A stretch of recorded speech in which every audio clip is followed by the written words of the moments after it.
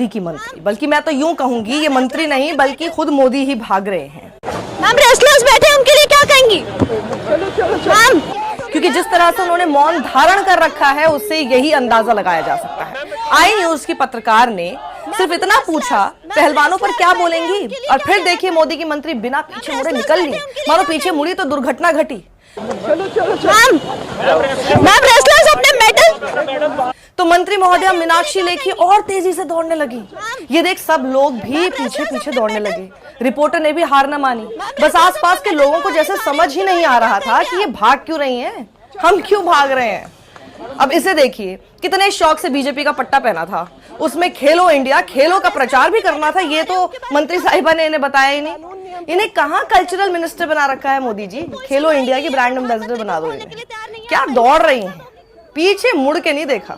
Reporter को समझ आ गया ये मेरे एक ही सवाल से नजर चुराकर भाग रही है, मतलब मुझे यही पूछते रहना चाहिए। तो यहाँ आपने देखा मीनाक्षी लेखी जो है केंद्रीय मंत्री है, महिला सांसद है, लेकिन पहलवानों के मुद्दे पर कुछ नहीं बोला और जिस तरह भागी है वो सब आपने देख लिया है। यहाँ पर तमाम भाषण उन्होंने दिया था, वहां से मंदिर से यहाँ तक भागते हुए वो आई है और उनकी गाड़ी आप जाते हुए देख सकते हैं। देश के गौरव के साथ बेटियों के साथ सौतेला व्यवहार किया जाता है और सबसे बड़ी बात देश का मुखिया चुप रहता है। ये है नया भारत। तो मंत्री चुप क्यों नहीं रहेंगे? क्या इन्हीं अच्छे दिनों का सपना हमने देखा था? ये दिन देखने के लिए ही तो जनता ने आपको मुखिया बनाया था ना प्रधानमंत्री जी। और इस नए भारत में एक औरत दूसरे औरत का दर्द भी नहीं बांट सकती, उसके लिए न्याय की मांग नहीं कर रही बल्कि भागती हुई नजर आ रही हैं। तो दूसरी उल्टा पूछ रही हैं बबीता फोगाट क्यों सड़क पर नहीं है। आपको लगता है बबीता फोगाट जैसी एक विश्वविख्यात रेसलर उन लोगों के साथ बैठी होगी जिन्होंने किसी का शोषण किया हो, और वो भी उनके अपने परिवार के लोगों का शोषण किया हो? अरे मैडम, इसलिए सड़क पर नहीं है क्योंकि वो खिलाड़ी के साथ साथ राजनीति के अखाड़े में कूद चुकी हैं। बीच में मंत्री साहिबा ने यह कहकर जवाब दिया कि कानूनी कार्रवाई चल रही है, कानून नियम प्रक्रिया चल रही है। तो जरा आप बता दें कि किस तरह की कानूनी कार्रवाई चल रही है।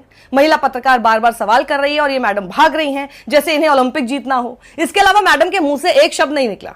अरे शर्म कीजिए, आप एक महिला हैं, आप जानती हैं कि एक सांसद की यौन उत्पीड़न के आरोप के लिए सड़क पर बैठी हुई हैं ये महिलाएं, लेकिन आपका जमीर ही नहीं जाग रहा।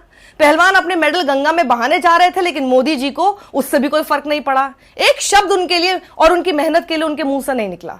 एक बार ये नहीं कहा गया आपसे कि ये तुम्हारी पूंजी है, मेहनत है, ऐसा मत करो। एक तरफ मोदी कुछ बोलते नहीं और एक तरफ महिला सांसद के पास, मंत्री के पास कोई जवाब ही नहीं।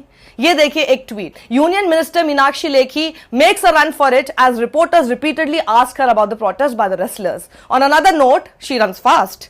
वो भी वही बात कह रही हैं कि रिपोर्टर के सवाल पूछने पर मीनाक्षी लेखी कितनी तेजी से भाग रही हैं, जैसे मैडम से पता नहीं क्या पूछ लिया गया हो। आपको क्या लगता है मोदी जी की सिर्फ चाटुकारिता रह गई है, सब मोदी मोदी करने वाले रह गए हैं? नहीं, आप गलत हैं। अभी भी वो आवाजें जिंदा हैं जो आपसे आपके मंत्रियों से सवाल करते रहेंगे। इतना सिंपल सा सवाल, पहलवानों पर क्या कहेंगी आप मीनाक्षी लेखी जी?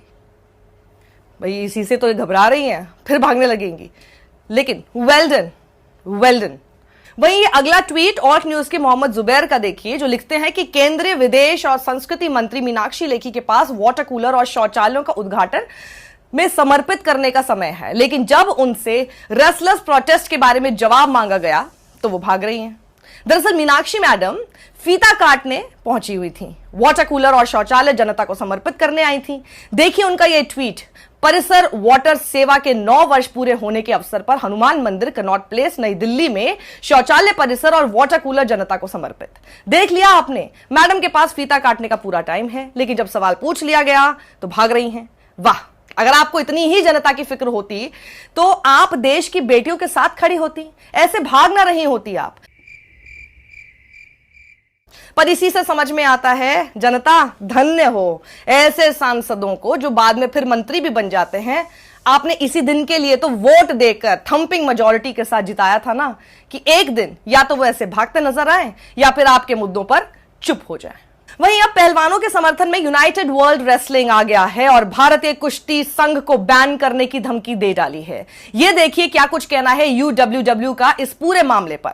यूनाइटेड वर्ल्ड रेसलिंग ने भारत में चल रहे पहलवानों के विरोध पर एक नया बयान जारी किया है। वैश्विक कुश्ती निकाय ने विरोध करने वाले भारतीय पहलवानों के प्रति किए गए व्यवहार की निंदा की है, उनकी हालिया गिरफ्तारी और हिरासत की आलोचना की है।